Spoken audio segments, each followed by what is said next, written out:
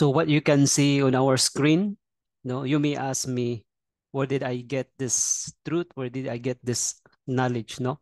Kasi it's normal reaction sa atin na alam natin na isa lang yung forgiveness na yung narinig natin. Maybe some of us na mayroong knowledge about apime and charizomai, the two phases of forgiveness in the New Testament, no? Pero kung titingnan natin sa Old Testament, mayroon pala na ang forgiveness ng Panginoon ay mayroon 5 klaseng forgiveness. Yung word na forgiveness, pardon, pareho lang yun. Pardon and forgiveness are one and the same thing, or even a justification. So mayroong 5 klaseng forgiveness, di ba? Kasi the way na tayo po, no, for how many years na tayo ay nagiging Christians, no, believers sa truth, ngayon lang tayo, or maybe sa mupas, ngayon lang tayo nakarinig na mayroon palang 5 kinds of forgiveness. And the way we pray kasi, no? Kasi ang word na forgiveness, generic yun, di ba? Yun ang palagi natin na binabanggit every time when we pray. It's always involved na we ask for forgiveness. So ngayon, by the grace of the Lord, no, nang dahil sa kanyang mercy, and I'm sure, no, and I believe that God na ibibigay niya in a full and complete, no, in a pure and unmistakable language, the third angel's message of justification by faith. Kasi yung forgiveness, as what I've said, at saka pardon and justification, isa lang yun. Pero minsan yung word na justification, ginagamit siya, mayroon siyang application na iba na yung pagka-apply niya sa justification. Pero yung forgiveness and pardon are one and the same thing also. Okay, let's pray. O Holy Father in heaven, what a great revelation again of the power of your character, of this forgiveness. That is your desire that we may able to comprehend the depth, the length, and width and height of your agape, that which passeth knowledge, in order for us that we have more power to overcome sin. And also, Lord, that we have more power to become your witnesses, especially to the helpless soul. Thank you for hearing and answering our prayers. In Jesus' name, amen. Okay. So ano ba itong 5 kinds of forgiveness, no?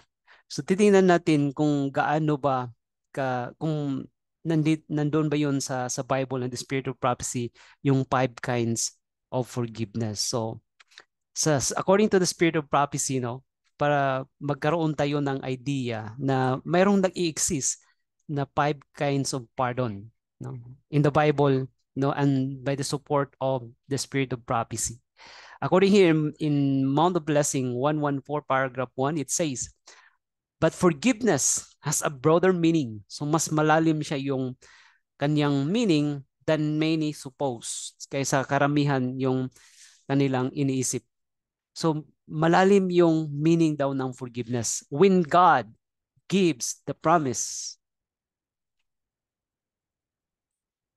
that He will abundantly pardon, He adds, so yun na yung word na adds. So mayroon siyang dinagdag doon. Pag the moment yung magbigay ng pardon ng Panginoon, mayroon siyang dinagdag as if the meaning of that promise exceeded all that we could comprehend. So yung forgiveness ng Panginoon is broader than our minds. It's broader than our own thoughts. It's broader than our understanding about forgiveness. Kasi sabi niya, my thoughts are not your thoughts. Iba yung thoughts ng Panginoon. Neither are your ways are my ways, said the Lord. So iba ang forgiveness ng Panginoon kaysa tao. So sabi niya, heaven, no, is higher than the earth. So mas broader, malalim ang forgiveness. Pero hindi natin ilagay yung utak ng Panginoon sa ating utak, no? Kailangan tayo ang dapat malalaman natin kung ano yung thoughts ng Panginoon concerning about His character of forgiveness. So mayroon something na mayroon siyang dinagdag doon sa kanyang pardon na kailangan natin alamin yun. Ano yung dinagdag niya? Kaya nga ito yung, as what I've said, na mayroon siyang 5 kinds of forgiveness na hindi natin alam before, no? Hindi natin naiintindihan before. But thank the Lord na hindi niya pahintulutan, no, na tayo ay magiging ignorant sa kanyang character, especially the character of His forgiveness. So, according to Daniel 9, verse 9, sabi dito, the Lord our God belong mercies and forgivenesses, though we have rebelled against Him. So, have you heard this word, forgivenesses? Di ba kasi ang common na at always natin narinig ay forgiveness lang. Pero sabi dito, forgivenesses. Mayroon pala, no? The first time na nakarinig ako ng forgivenesses, ibig sabihin na marami ang forgiveness ng Panginoon. Sabi niya, the Lord, ang Panginoon, galing yun sa Kanya yung forgivenesses. Di ba?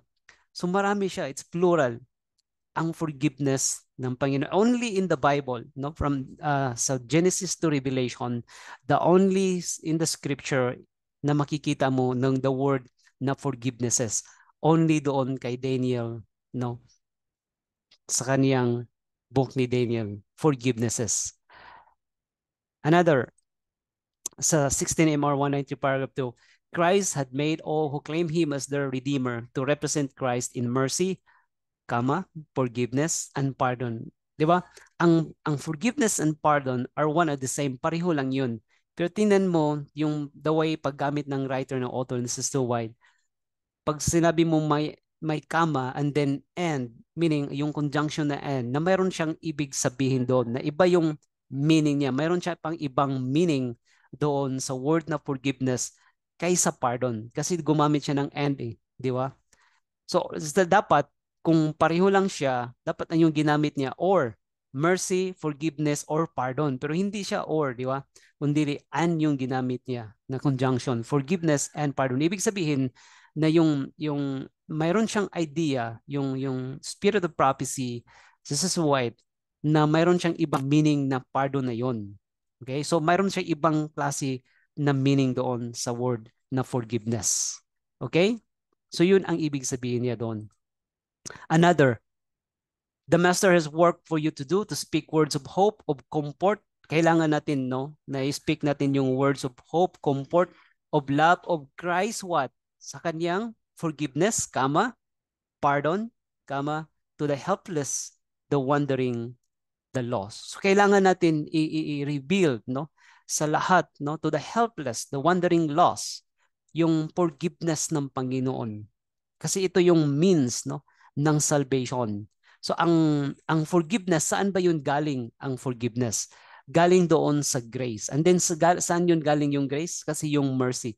Pag once ang Panginoon ay naawa siya, ano ba yung dapat niyang ibigay pag siya ay naawa? Walang iba yung maibigay niya kung hindi grace. So ang grace ay favor. Diba? Kasi naawa siya. So bigyan ka niyang favor. So ano yung favor na ibigay niya? Walang iba yung favor niya. Ang source doon, no, sa forgiveness ay wala iba yung grace.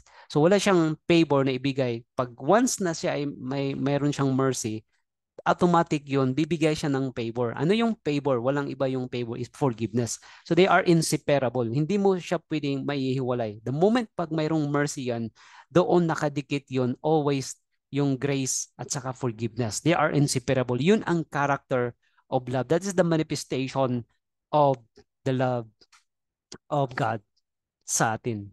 So ito yung 5 different aspects of God's forgiveness, no? Different kinds of forgiveness.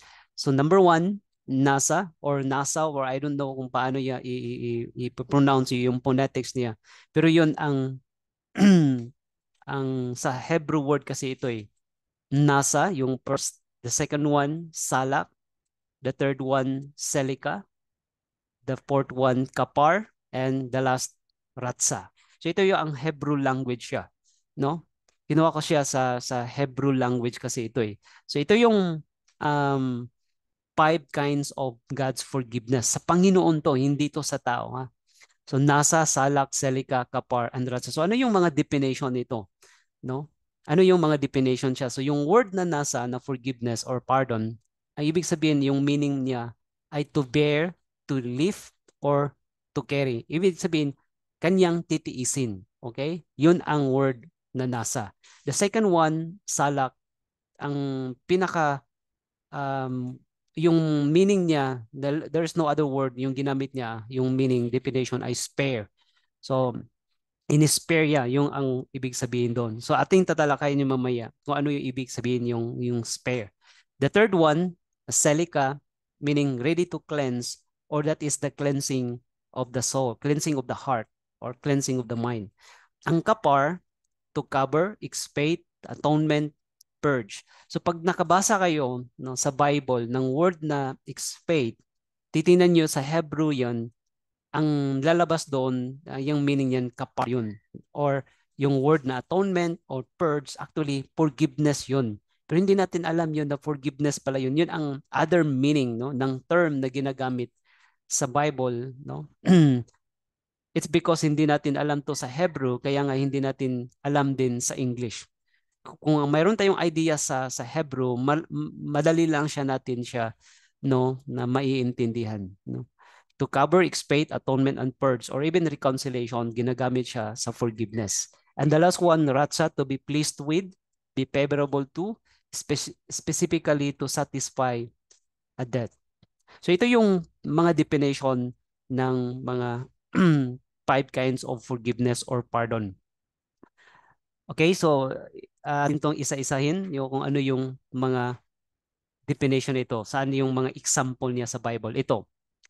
Pag magbasa tayo ng English lang, no? Sa English tayo, kung limited tayo sa English, mahirapan tayo to identify what kind of pardon or forgiveness is this one. Di ba? Kung sa English lang. So if you want to know, no, if you want to study more no, deeply about this topic about 5 kinds of forgiveness, you have to have application, no, kung mayroon yung cellphone, sa cellphone na yung eSword na Bible. So yung eSword na Bible, yung color, mayroong color siya blue na mayroon siyang sword. Then i-download niyo yon sa Play Store para magkaroon kayo. Kasi doon mas madali lang mo i-identify no, sa English. And then ibibigay niya kung ano yung ibig sabihin na pardon yun or forgiveness. Okay? Kung nasa ba yun, salak, selika, kapar, or ratsa ba yun. So yung sa English, no, mahirapan tayo kung doon lang tayo no, nakadepend sa English. So ito yung Numbers 14, 19, 20. Ano ba yung context nito? Yung pardon nito. So hindi natin ma-identify, di ba, kung English lang. How about this one? The second one, pardon, mga example lang to no, sa Bible, no, sa especially sa Old Testament na mga pardon. Pardon number 2, Micah 7:18. Hindi natin alam kung ano to siya. Kapar ba to, salak, selika, ratsa ba to? O ito ba yung to carry, to bear? O ito ba yung spare? Or ito ba yung atonement? Or ito ba yung purge? At ito ba yung cleansing of the heart? So hindi natin ma-identify, no? Pero alam no si David, alam ni David 'yun, no? If you read that Psalms 51:10, alam mo nandoon 'yun, nakalista doon na alam ni David, no? The way nag-pray si David, meron binabanggit niya 'yon. In-express ni David 'yon yung 5 kinds of forgiveness pag nagdadasal si David. And even Moses na alam niya 'to. So another one, pardon number 3, 2 Chronicles 30, but Hezekiah prayed for them saying the good Lord pardon. Isa lang yung gamit, 'di ba, sa English, pardon lang yung lahat. Then another, Nehemiah 9:17, pardon din or forgiveness lang din yung ginamit. Sa Isaiah 42, pardon din yun. Pero kung titingnan natin sa Hebrew pala, yung itong balik tayo sa pardon number 1. Ito pala yung pardon na to, spare to siya, salak to siya. Yung pardon itong sa Numbers. Sa Micah 7:18, itong pardon na to ay nasa to siya na pardon. Itong sang pardon sa 2 Chronicles 30:18, itong pardon na to, ito ay selika. Ito ay kapar. And then ito yung Isaiah 40, iyon ay ratsa. Okay? So yun ang mga examples lang doon na ma-identify natin kung anong klase na forgiveness. So number 1, no, i-present natin kung ano yung number 1, yung salak na forgiveness, which yung meaning niya is spare. Titingnan natin no, sa spirit of prophecy, kasi without the spirit of prophecy, hindi din natin yun ma-identify, hindi din natin maiintindihan fully, no, na magiging clear sa atin kung ano yung mga Hebrew no sa Hebrew, kasi yung mga Hebrews alam nila yung the way sila mag-express, the way sila mag-pray, no, yung mga Hebrew in the Old Testament, the way sila mag-pray, very specific yun pag-ask sila ng forgiveness. Gamitin nila yung spare, salak, selika, kapar, and ratsa. no? Pero sa atin, one word lang ng forgiveness, di ba? Kahit sa Bisaya, isa lang din, pasayloon, di ba? Or pasaylo ako, Lord. Or sa Tagalog is papatawarin mo ako. So yun lang the way, napaka-generic lang siya. So hindi siya specific. Dapat the way we pray to the Lord, kailangan yung specific yun, no? So ngayon, magkaroon tayo ng idea kung paano tayo mag-ask ng forgiveness by this means of this knowledge about the 5 kinds of forgiveness. Okay, number 1. Para maintindihan natin, no, gamit tayo ng spirit prophecy. Kasi kung walang spirit, hindi dito ako na-amaze, no, kay Sister White. Kasi na-amaze ako sa kanya na talagang propeta siya ng Panginoon. It was given to her, to the Lord, yung knowledge about the 5 kinds of pardon. Hindi naman niya sinabi doon, no, na-express na there are 5 kinds, pero nandoon sa kanyang lahat, sa kanyang mga writings, yung 5 kinds of pardon. Nagulat ako kasi hindi siya theologian, pero yung tiningnan ko doon sa kanyang mga commentary sa lahat ng mga pardon doon na ginamit niya no, sa Bible, ay nagkatugma talaga, nag-harmonize siya. Yun din ang kanyang ginamit. Yung definition sa Hebrew, yun din ang ginamit ni Sister White. Tingnan natin sa kanyang mga writings kung tama ba yun, no? I-confirm natin. Itong story na to sa Old Testament kay Moses, no, when he was used by God, no, as the visible leader of the Israelites. Ito yung panahon na ito na when they were in the height of the rebellion, na talagang ayaw na nila nasusunod sa Panginoon because of their disobedient, no, sa commandments ng Panginoon. Sabi ni Moses, si Moses kasi yung nagsabi nito. Sabi ni Moses, "Pardon, I beseech thee, the iniquity of this people according to the greatness of thy mercy, and thou hast forgiven this people from Egypt even until now." And the Lord said, "I have pardoned according to thy word." So paano to ginagamit, no, ni Sister White, no? Sa kanyang commentary yung word na pardon doon. So okay, tingnan natin.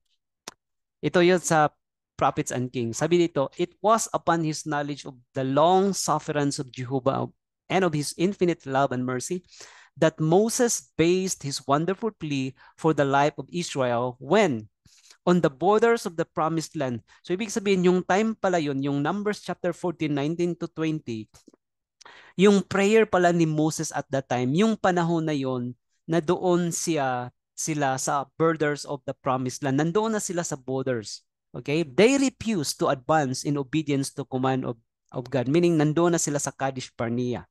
Doon nag-praise ang Panginoon. At the height of their rebellion, the Lord had declared, "Moses, hindi ko na kaya. Ayaw na nila sa akin, Moses, yung Israel. Paano ko na yun i-handle sila? Sila yung ayaw na tumatanggi sila sa akin ng forgiveness. I will smite them with the pestilence and disinherit them. And he had proposed to make of the descendants of Moses na ikaw lang, Moses, kasi ikaw ay mabait, obedient ka, and I will make you a greater nation and a mightier than they. Numbers 14 verse 12. So nag-start siya doon sa Numbers verse 12. Pero ano yung sabi ni Moses? Ano yung respond ni Moses? Sabi ng propeta, "But the prophet pleaded the marvelous providences and promises of God in behalf of the chosen nation." And then, sabi ni Moses, "As the strongest of all, please." Never si Moses na umiiyak siya while he was praying at that time, no?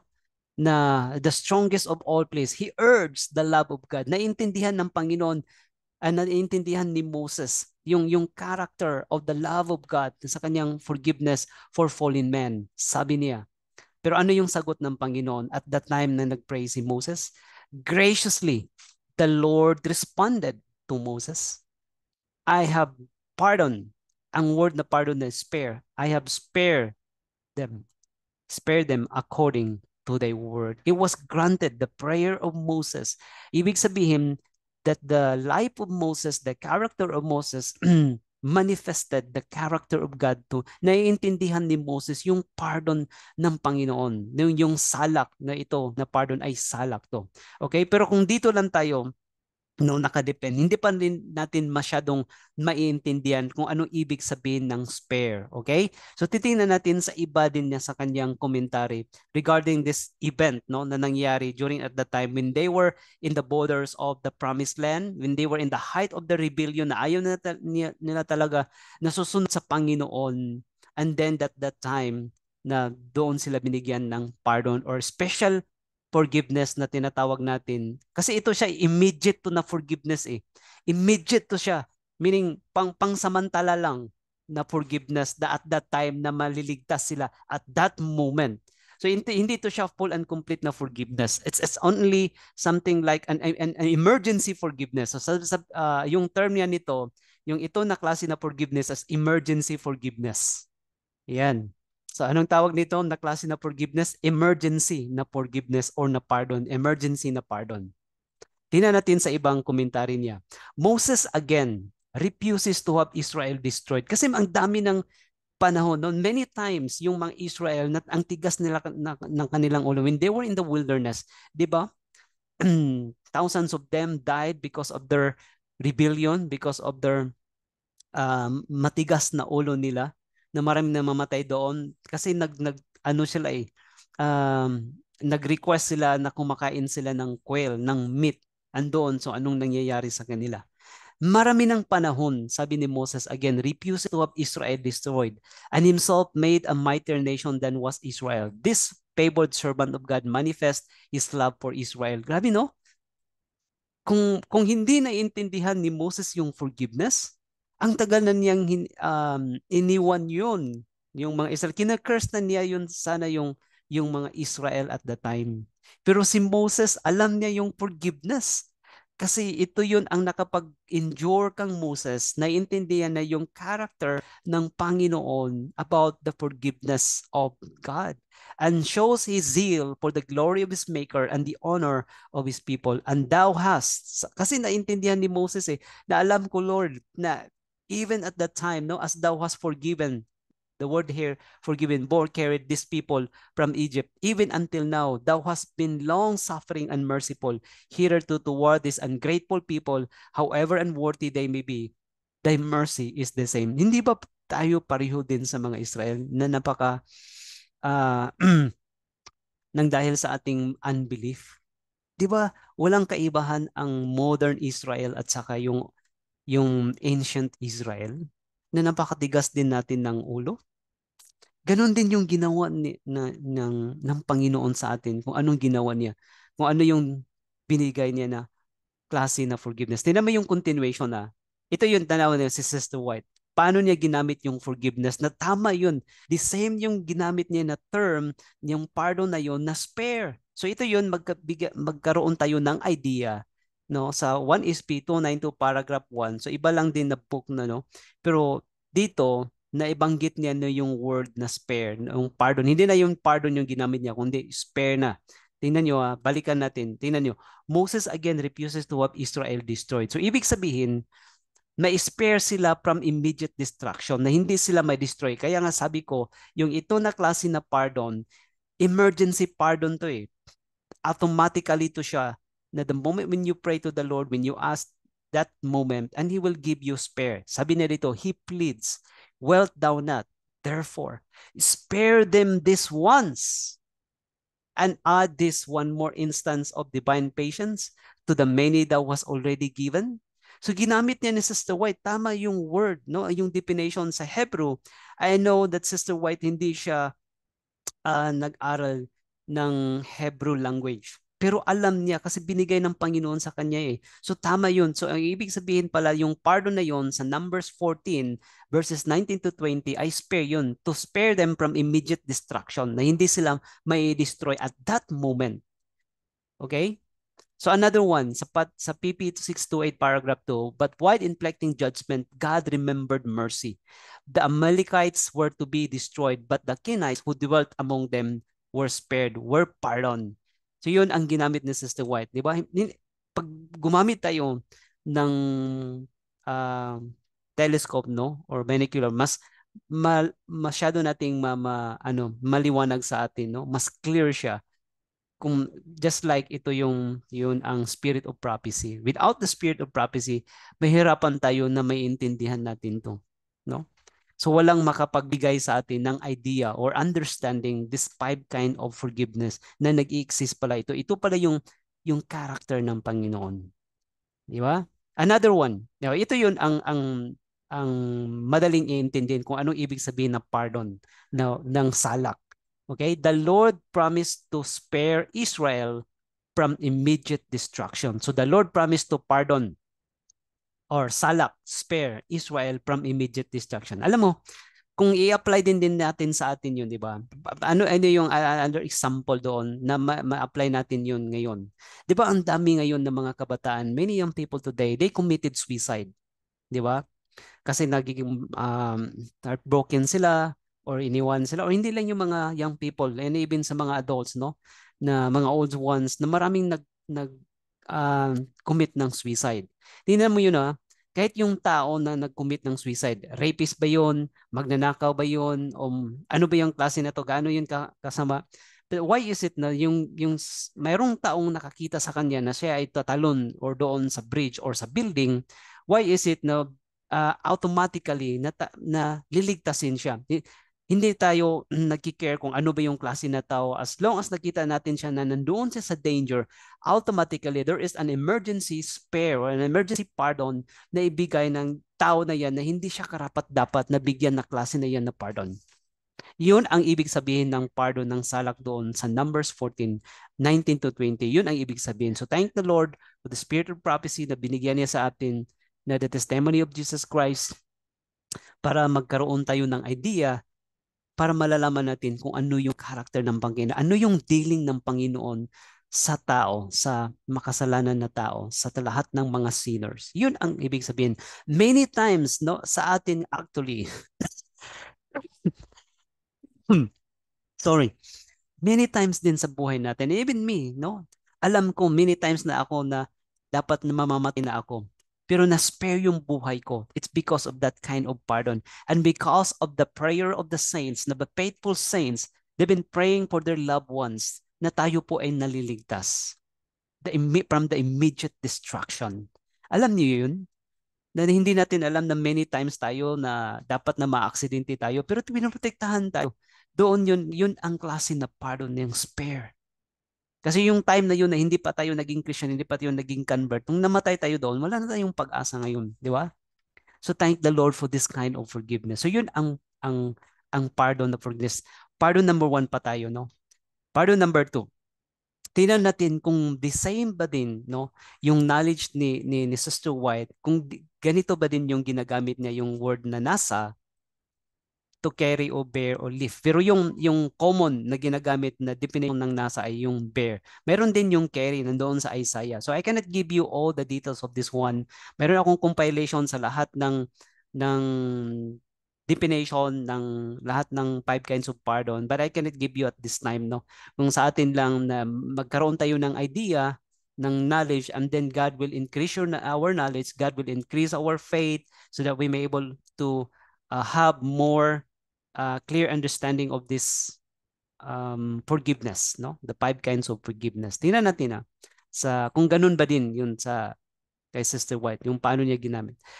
Number 2, yung Micah 7:8. Actually, ito siya ay nasa to siya, no? Pag itap mo yon sa yung application na Bible, Hebrew Bible, ang lalabas doon na word na pardon ay nasa. Hindi siya salak, hindi siya selika, hindi siya ratsa, okay? Hindi siya kapar kung hindi nasa yun ang lalabas doon. So ano yung ibig sabihin ng pardon na nasa? To carry, to lift, or to bear. Kumbaga, yung other term yun sa atin ay kanyang titiisin. Di ba? Yun ang pardon. Titiisin niya yung iniquity natin and pass it by the transgression of the remnant of his heritage. He retained not his anger forever because he delighted in mercy. Tingnan natin sa White kung paano niya ginamit to yung commentary niya. Kung ganun ba din yung definition sa Hebrew.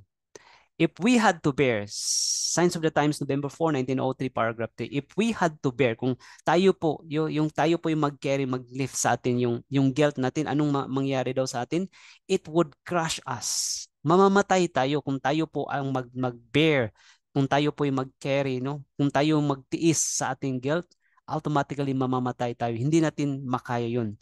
But the sinless one has taken our place, although undeserving, He has borne our iniquity. Tingnan nyo, yung term na ginamit niya, born or bear. Ano yung kino-quote niya? Ang Micah 7:18 na yun ang nasa or bear. So tama yun ang pagkagamit ni Sister White. Alam niya no? Kasi binigay ng Panginoon, and thank the Lord. So ibig sabihin yung word pala na bear, or just like yung word na spare, pardon pala yun or forgiveness pala yun. So yung word pala na bear, no, hindi natin alam na forgiveness pala yun. Yung word na born, forgiveness pala yun. He has borne our iniquity, because every time when we mention the word sin, ang katapat lang yun doon ng sin, walang iba ay forgiveness. So pero different terms ang ginagamit sa spirit of prophecy and the Bible, pero hindi natin alam kasi ang English language ay limited siya. It's an imperfect speech, no? It's an imperfect language, no? Hindi, walang perfect talaga na language, no? Limited lahat yung mga languages natin. But thank the Lord sa spirit of prophecy para magkaroon tayo ng idea. So kino-quote niya yun ang Micah 7:18, yung paggamit na word na nasa, tama yun sa Hebrew, no? So yun pala yung ibig sabihin ng nasa. Ito pala ay forgiveness. Titiisin niya. Di ba kung pag mag-away yung mag-asawa? Pag wala kang itong klase na pardon, ibig sabihin magkahiwalay na kayo. So yung pardon na ito, yung forgiveness na klase na ito, is titiisin mo. Kahit nagkasala siya, kahit hindi siya aamin na nagkasala yung partner mo, ititiisin mo siya. You have to forgive. You have to carry him. You have or her to you have to lift her, or you have to bear her, or to bear him. Titiisin mo yon. Kasi kung hindi mo matiis, anong mangyayari? The result ay separation. So kailangan mayroon ka yung dalawa na klase na to na pardon, yung spare from the immediate destruction, and then to bear, titiisin mo siya. Okay? So sa Bible, no, actually ang dami, no? Ito lang yung mga example lang kasi mahaba to siya eh. Hindi natin kaya sa ating oras, no? Ye have seen what I have did unto the Egyptian, and how I bear you, and how I forgive you, no, on eagle's wings, and brought you unto myself, and how I pardon you. So yung word na bear, kung ano mo yun, is nasa, ibig sabihin, forgiveness pala yun. Kung paano ko kayo tiniis from the time sa doon pa kayo sa Egypt and into the wilderness. Ganun yung pagtiis ko, ganun yung pag-pardon ko sa inyo. Okay? So when we pray, mayroon na tayong idea na once you have to pray to the Lord right now, to the Father, na mayroon kang idea, dapat i-specific mo yun sa Panginoon. Kasi, di ba, paulit-ulit yung the way that we ask for forgiveness the Lord. Pero hindi natin na-intend, ganun lang. Pero hindi naman natin mabiblame, walang condemnation doon. Pero ngayon, in order for us now na magiging overcomer tayo in the last days, God will teach us how to pray, to ask for forgiveness. Okay? Pag mag-ask ka ng forgiveness sa Panginoon, sabihin ng Panginoon sa iyo, ano ba yung ibig sabihin mo yung forgiveness? Di ba? Sabihin mo, pasaylo ako sa Cebuano, sa Bisaya, pasaylo ako sa sala. Anong ibig mong sabihin na pasayloan ko? So, ano ba yung ibig sabihin na papatawarin mo sa aking kasalanan? Anong ibig mong sabihin na papatawarin? Di ba? What do you mean forgive me of my sin? Di ba? Kasi generic siya. Pag ibig bang sabihin na ano bang gusto mo? Ito yung sagot ng Panginoon. Ano bang gusto mo na forgiveness? Gusto ba kita na yung forgiveness na sasabihin na ibig mong sabihin na ililigtas kita from the immediate destruction, from the immediate death? Or yun bang gusto mo na titiisin kita kahit nagkasala ka, titiisin ka? Matagal naman kitang tinitiis na. Tinitiis. 'Di ba? Always naman ko 'yun binigay. So ano ba yung ibig mong sabihin? O ano, gusto mo ba yung kapar na babayaran ko lahat yung kasalanan mo? Ako yung babayad ng punishment? Ganun ba yung gusto mo na klase na forgiveness? Or yung gusto mo na klase na forgiveness na hindi na ako magkasala ulit? O yung cleansing of the heart? Okay? Or yung may magiging overcomer ka na, or a seal forgiveness, yung seal yun na forgiveness. So dapat yun specific yun. Okay? So sa 1SP 293, ito yung kanyang commentary. And the Lord spake unto Moses and unto Aaron, saying, how long shall I bear with this evil congregation? Hanggang kailan ko sila matiis? Hanggang kailan yung forgiveness ko? Which murmur against me? Kasi palagi silang nagmumur. Walang problema sa Panginoon. Matitiis niya. Ang problema kasi palagi silang nagmumur. Ayaw nila tatanggapin yung forgiveness ng Panginoon, yung pagtitiis ng Panginoon sa kanila. I have heard the murmurings of these children of Israel, which they murmur against me. So yung ginamit ni Sister White na forgiveness I bear. How long shall I bear this? Yung evil congregation, yung kasalanan ng congregation. So the next, no, nandito na tayo sa pang-tatlo na forgiveness ay kapar. So meaning niya, cover, expiate. So pag magkabasa kayo sa Bible ng the word na expiate in the Old Testament, ang meaning yun din kapar. Pero minsan hindi kapar yung ginagamit niya. Minsan selika, salak, Depende din yun. Pero yung word na expiate yun, talagang pag nakabasa kayo sa Old Testament, forgiveness talaga yun. Pardon yun. Yun ang ibig niya. Another term or meaning ng pardon or forgiveness, or the word cover or purge, no? Ang dami yun sa Bible, no? Sa Old Testament, sa Isaiah, Daniel, at sa lahat ng um, book sa Old Testament. Pero yung pinaka-common niya, yung kapar ay ang atonement. Okay? So ito yung pinaka-common na ginagamit ng word na atonement sa kapar na klase na forgiveness. So ayan, siyan yan makikita. As what I've said now, once we always mention o babanggitin natin word na sin, walang iba talaga ang kanyang katapat doon. Walang iba na ibibigay ng Panginoon. Forgiveness lang. Okay? Pero different yung terms na ginagamit. The cross must occupy the central place because it is the means of man's atonement. Meaning, ito yun ang walang ibang kabayaran. Ang other term ng atonement, kung sa atin to i-apply ngayon, no? Para madali natin intindihan, yung pinakamadali natin maintindihan ay yun ang kabayaran sa punishment. May ibig sabihin na tayo sana ang magkaroon tayo ng punishment kasi pinaparusahan natin yung sarili natin. Tayo yung pumapatay sa sarili natin. Pero siya yun ang naging substitute and the surety na hindi tayo mamamatay. So siya yung nagbayad sa punishment ng sin. Ito yung atonement. And because of this influence, it exerts on every part of the divine government. So yung cross is uh, the central of the atonement. Another one sa Gospel Workers 3:15 paragraph. Forgiveness pala yun. So the sacrifice of Christ as an atonement for the forgiveness for sin. Okay? For the kapar for sin, for the expiation of for sin, for the covering for sin is the great truth around which all other truths cluster. So lahat ng klase na truth, from Genesis to Revelation, when you want to know the clear picture of the character of God, then you have to what? To focus, and you have to behold the sacrifice of Christ at the cross for the atonement for sin, for the forgiveness of sin. Yun ang ibig sabihin na yun. Pero sa atin, no, kasi because limited yun, hindi natin yun matatanggap na how come that the word atonement is forgiveness. Pero sa spirit of prophecy in the Hebrew, yun pala ay forgiveness, yun yung word na atonement. Dapat yun, no, sa context, ano yung context niya. The sacrifice of Christ. Walang iba. No? If you want to know, walang iba na magiging clear yung understanding natin sa atonement, sa character ng Panginoon ay doon sa cross.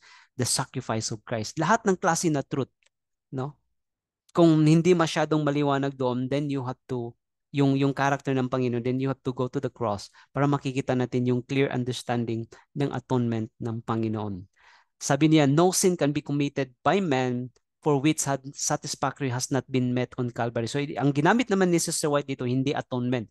Ang ginamit niya ay expiation. Okay? So as what I've said, no, pag nakabasa kayo sa English doon sa Old Testament, yung word expiation, pardon yun, kapar yun na klase, or atonement yun na klase na forgiveness. Ibig sabihin, yun ang kabayaran. Sabi niya, no sin can be committed by man for which satisfactory has not been met on Calvary. So walang sin doon na makukumit natin na hindi niya binabayaran. That is the infinite sacrifice of Jesus Christ. Hanggang ngayon, nagbabayad pa rin yung Panginoon sa atin. Otherwise, kung hindi na niya binabayaran doon, fully paid yun. No? Fully paid yung pagbayad niya. Pero yung pagbayad niya ay walang katapusan. Always niya yun binabayaran. Kahit fully paid na yun. Ganun katindi yun. No, hindi basta-basta yun pala yung forgiveness. Diba? Every time when you committed sin, mayroong kabayaran yun. No? Mayroong satisfaction doon na nangyari sa cross. Mayroong nagbabayad doon. Hindi basta-basta yung pagbayad. Thus, the cross in earnest appeals continually proffers to the sinner a thorough atonement, a thorough pardon. Ibig sabihin, lahat yun babayaran ko yun. Yun ang ibig sabihin. When we say thorough, talagang gaano pa yun kamahal yun, babayaran ko yun lahat. Gaano ba kalaki yung utang mo, babayaran ko yun. Yun ang ibig sabihin. Di ba?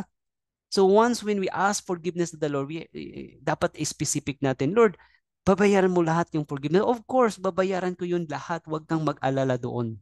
Hindi ba natin ma-appreciate yun? The moment when we appreciate, hindi ba yun mamimelt yung puso natin? Hindi ba tayo ma-move yung buong life natin to turn the world upside down? No, yung mundo natin. Napakaganda yung forgiveness. Tingnan nyo another. By dying in man's stead, Christ exhausted the penalty. So ibig sabihin, yung pardon na to ay pagbayad ng penalty. Ibig sabihin, kinuha niya, tinanggal na niya yung eternal debt. Exhausted it. Ibig sabihin, no? Napakaganda yung gospel ng forgiveness. Dapat ito yung pinaka-center ng gospel natin na dapat dito tayo nakapokus. Kasi ito yun ang thorough expression. Dito tayo mamumove. Dito tayo magkaroon ng lakas ng power. Di ba? Pag sinabi mong exhausted, ibig sabihin lahat ng power ng Panginoon, all the power, kumbaga inipon niya lahat. He gathered all His power of the Father, and He gave it to the Son, and the Son manifested it on the cross, exhausted eh. Di ba? Ibig sabihin, lahat binuhos for the purpose na magkaroon tayo ng pardon, ng kapar, ng atonement na klase na forgiveness. Di ba? Lahat, how come na hindi ka maliligtas? That kind of pardon kasi buong power niya eh. Di ba? Saan niya uh, binuhos lahat? Yung lahat ng panahon ng Panginoon, yung lahat ng sacrifice ni Jesus Christ, binuhos niya lahat doon para magkaroon ka ng atonement, para magkaroon ka ng kapar. Exhausted eh, yung penalty. Grabe no, na power no, binuhos niya lahat.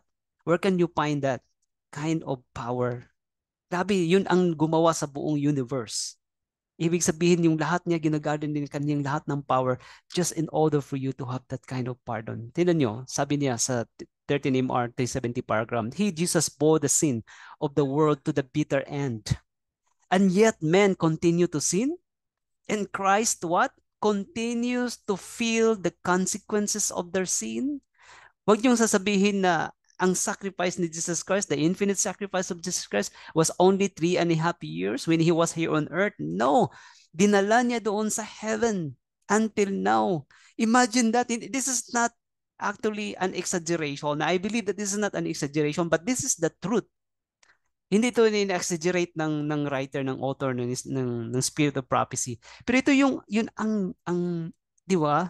Sabi doon na exhausted yung penalty. No sin can be committed has not been met on Calvary. Yun ang ibig sabihin niya. Christ continues to feel the consequence of their sin. Imagine sa lahat ng billions na tao sa buong mundo, lahat ng sin ng tao ay kanyang nararamdaman yung consequence ng kanilang sin. Oh, come on. Hindi ba move yung buhay mo doon? Hindi ba move yung world mo? Na klase na forgiveness? Sasabihin mo sa sarili mo na magpapatuloy ka pa sa sa gagawa ng kasalanan? Nang dahil nito, hindi ko ma-imagine na klase na forgiveness na to. Oh, what a powerful forgiveness na ito. Hindi ako nakakita ng ganitong na klase na forgiveness. Napakatindi. Imagine that. He himself for the guilty. Parang siya pa rin yung nagiging guilty. No line can fathom. No measurement compute the love, the agape revealed by the cross of Calvary. So the greatest manifestation of love na para sasabihin natin, no, ano ba yung picture ng agape? Ano ba yung picture ng divine love? Yun ang forgiveness na, yun ang pinaka clear picture ng kanyang ng kanyang love or agape. Yan ang amazing love. Okay? Christ as high priest with a veil that so immortalized Calvary. So immortalized na yung forgiveness na yun. That though he live unto God, he dies continually to sin. And thus, if anyone sin, he has an advocate with the Father. Though as a believer, we have always full and complete. Di ba? Mayroon ka ng spare, salak na pardon. Meron ka ng nasa, to bear, to live, na carry na pardon. Meron ka pang kapar. So saan ka pa doon na hanap ka pa, sasabihin mo na hanap ka pa na, Lord, hindi ako maliligtas. What?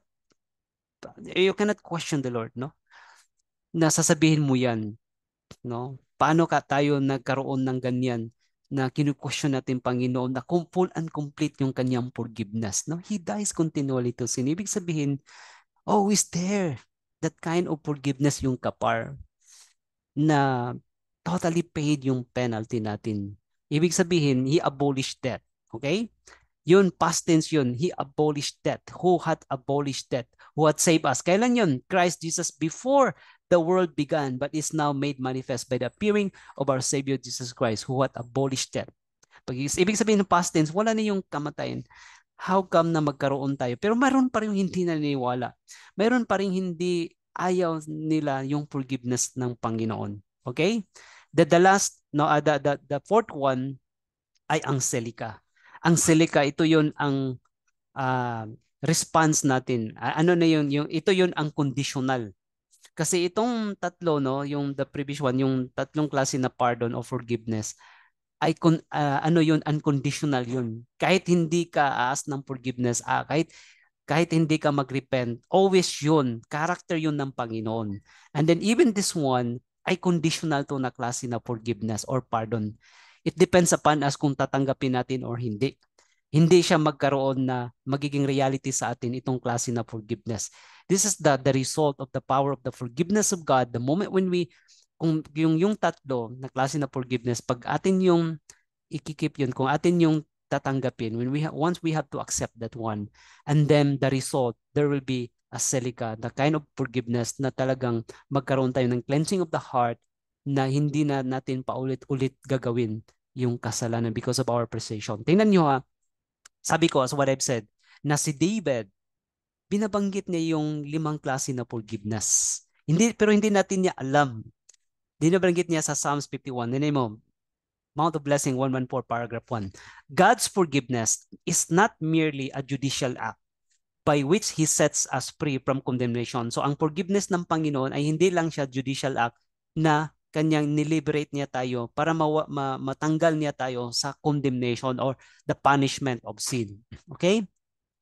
It is not only forgiveness for sin. So tingnan mo ya yung gaano ka-limited yung word, ang term na ginagamit ni Sister White. It is not only forgiveness for sin. Ang ibig niyang sabihin na meron pang another meaning ng forgiveness. But, ano now, sabi niya, but reclaiming from sin. It is the outflow of the redeeming love that transformed the heart. So ito yung klase na forgiveness ay for the transformation of our heart na mamimelt yung puso natin kung na-appreciate natin yung tatlong klaseng forgiveness. Now, David, let's continue. David had the true conception of forgiveness. Kaya nga, binabanggit yan ni David. So yung word pala, once nag-pray si David, when he prayed, ang ibig sabihin nito na yung create in me a clean heart, forgiveness pala yun, selika yun na klase, oh God, and renew a right spirit within me. Pero sa atin, hindi natin alam na yun pala ay klase na forgiveness yun. That one of the kinds of forgiveness pala yung cleansing of the heart. So once the moment when you pray, mayroon na tayong idea na, Lord, please forgive me. What do you mean? Please include the kind of forgiveness create in me a clean. And that's a forgiveness. Meaning, para hindi na, God will give you the power of that forgiveness, na hindi mo na yan ulit-ulitin yung kasalanan mo, yung past sin mo, yung defects ng character mo. And God has that kind of power, that kind na yung mayroong power yung forgiveness na to cleanse our heart. Or otherwise, hindi tayo magkakaroon o hindi tayo magiging overcomer. Or otherwise, hindi tayo magkakaroon ng full and complete salvation. Hindi na mo? Di ba David mismo, nabanggit niya yun itong mga different kinds of forgiveness. And Sister White, no? Parang silent lang, pero nandoon pala yun sa spirit of prophecy. So napakaswerte natin actually, Seventh-day Adventist. Pero, no, ang hirap kasi, ang mga tao ngayon, punong-puno na sila sa knowledge nila eh. Ayaw na nilang tatanggap na klase na ito kasi alam nila na sa tagal namin na nagiging 70 Adventist, ngayon sino yung magbibigay ng mayroon pang ganito na klase na mga knowledge or truth?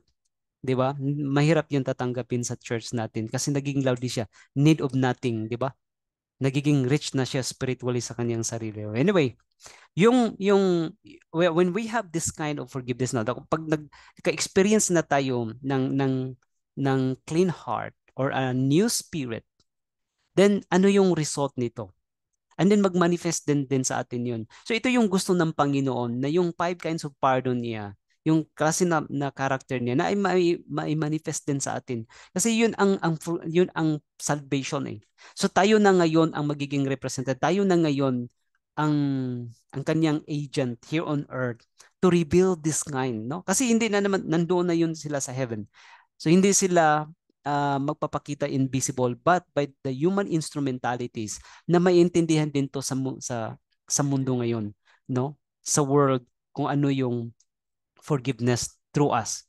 So yun, once you have that kind of forgiveness, Celica, then you can exercise a forgiveness without limit. But once na hindi ka nagkaroon ng Celica, ang hirap talaga nito na klase na forgiveness to demonstrate to others. Hindi natin yung makakaya. Kasi wala tayong power, hindi nakikleanse yun. Wala tayong Celica na forgiveness. Forgiveness without limit. But Jesus would have him understand that those who have the divine mind and were imbued with the divine spirit would exercise forgiveness without limit. Paano ka magkaroon ng forgiveness without limit? Kasi even yourself, hindi ka nakikleanse, wala kang Celica na klase na forgiveness. So hindi yon magkaroon tayo ng klase na forgiveness. Hindi din natin yon magiging mama-witness, no? Hindi tayo magiging tunay na witnesses ng forgiveness sa iba once hindi natin to na-experience yung pang-apat na forgiveness. So magkaroon na tayo ng forgiveness without limit to others. Kasi ito yung character ng Panginoon. Ito yung i-demonstrate natin na sabi doon sa Christ Object Lesson, no, the last message of mercy to be given to the world is the revelation of the character of Christ. Now, once may reproduce yun, then He will come and claim His own. Okay? Yung spirit of forgiveness ng Celica, actually, ay ito yung manifestation niya. Sabi dito, we should not think that unless those who have injured us confess the wrong, so hindi daw natin naiisipin, no, na once na yung nagkasala sa atin, na yung nagbigay sa atin ng sakit ng loob, no, na nakapag-injure sa atin, na once na hindi sila nag-confess ng wrong, ay mayroon tayong makajustify tayo sa sarili natin na i-withhold natin yung forgiveness. Ibig sabihin, hindi natin i-withhold yung forgiveness natin kung hindi sila mag-confess na, halimbawa, yung partner mo nagkasala siya. And then hindi niya i-confess, hindi niya isasabihin na nagkasala siya or i-admit niya nagkasala siya o nagkamali siya. Sasabihin mo, hindi kita papatawarin kasi hindi ka di ba, the way tayo mag-forgive, no? Even sa mga anak natin, sa yung mga parents, sa kanilang mga anak, di ba? Doon muna natin sila conditionally, di ba? Papatawarin natin sila kung aamin sila sa kanilang maling nagawa. Ay hindi yun eh. Ang ibig sabihin, the moment pag nakatanggap na tayo ng Celica na pardon, nakikleanse ng heart natin, walang ganun sa atin. Kahit hindi man sila mag-confess ng kanilang wrong, we have no right to justify, we have no right to withhold our forgiveness. Kasi free nga eh, unlimited yun. Wala yung putol na forgiveness yun. It is their part, yes, it is their part, no doubt, to humble their hearts by repentance and confession. But we are to have a spirit of compassion. Mayroon tayong spirit of forgiveness. Compassionate tayo toward those who have trespassed against us, whether or not they confess their faults. Di ba ang ganda? Kung tayo ay mayroon ng pang-apat na forgiveness, if we have that kind of experience natin, yung 4 kinds of forgiveness, wala tayong mga grudges. Hindi tayo mag-harbor ng mga pain, wala tayong mag-harbor ng galit, no? Mga grudges sa atin. Kasi free spirit tayo eh. Mayroon tayong spirit of compassion, unlimited yung forgiveness. It is our joy, no? Pero at first, mahirap yun kung hindi natin naiintindihan yung forgiveness ng Panginoon. But thank the Lord for this knowledge, no? For this revelation of the character of God. Kasi ito yung character, this is the third angel's message in verity. To give in an unmistakable and in its purity, no, in a clear distinct line yung message natin, not only in the spirit na magiging witness tayo na may experience natin, but we have also to give it in the letter in order for them that they have the surety, that they have the idea para paano din yun i-apply sa kanila. Kasi hirap pag walang theory, walang knowledge, di ba? Ayun ang ibig sabihin. Di ba napakaganda yun? Pero kaya nga ang hirap, no, pag once na wala tayong knowledge about the forgiveness God, ang hirap na to forgive others, no?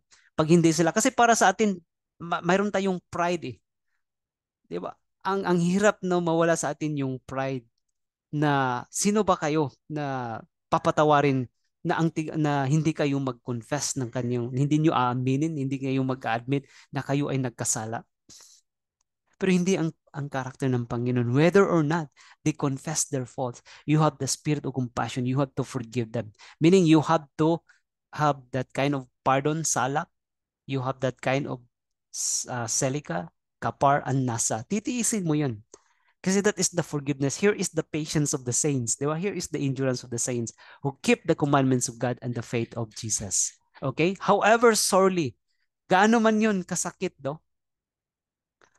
Magaspang sa puso natin. However sorely they may wounded us. Napakasakit. Di ba? Kasi minsan tayo, pag tayo ay sinasaktan, hanap tayo ng mayroong magsimpatiya sa atin. Di ba?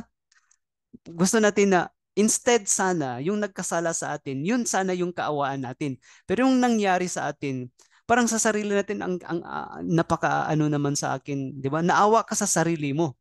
Dapat yung kaawaan mo, yung nagkasala sa iyo. Pero tayo hanap pa tayo ng sympathy, no, sa atin na para mayroong maawa sa atin. Kasi tayo po ay inaapi, di ba? Tayo po ay sinasaktan. Hindi ganoon ang forgiveness ng Panginoon. Hindi ganyan ang character ng Panginoon. Dapat the moment when we understand this kind of forgiveness, yung nagkasala na sa atin, yun ang kaawaan natin, hindi yun ang sarili natin. Nag-gets niyo? Kasi ganun tayo eh. No? Ang matamaan diyan, wag na sana kayong ano no, mapikon. Sorry. Kaya nga tinuturuan tayo ng Panginoon. The Spirit of the Lord teach us and guide us in all the truth. This is our comforter. No? Ito yung comforter natin. No, sana hindi niyo to makalimutan. The moment no, now once you ask to ask forgiveness to your friends, to your loved ones, to your partner,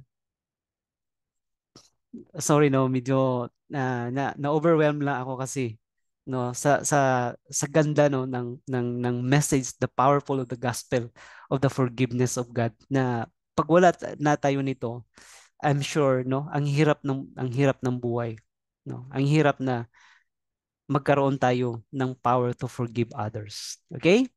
We are not to cherish our grievances and sympathize with ourselves over our injuries.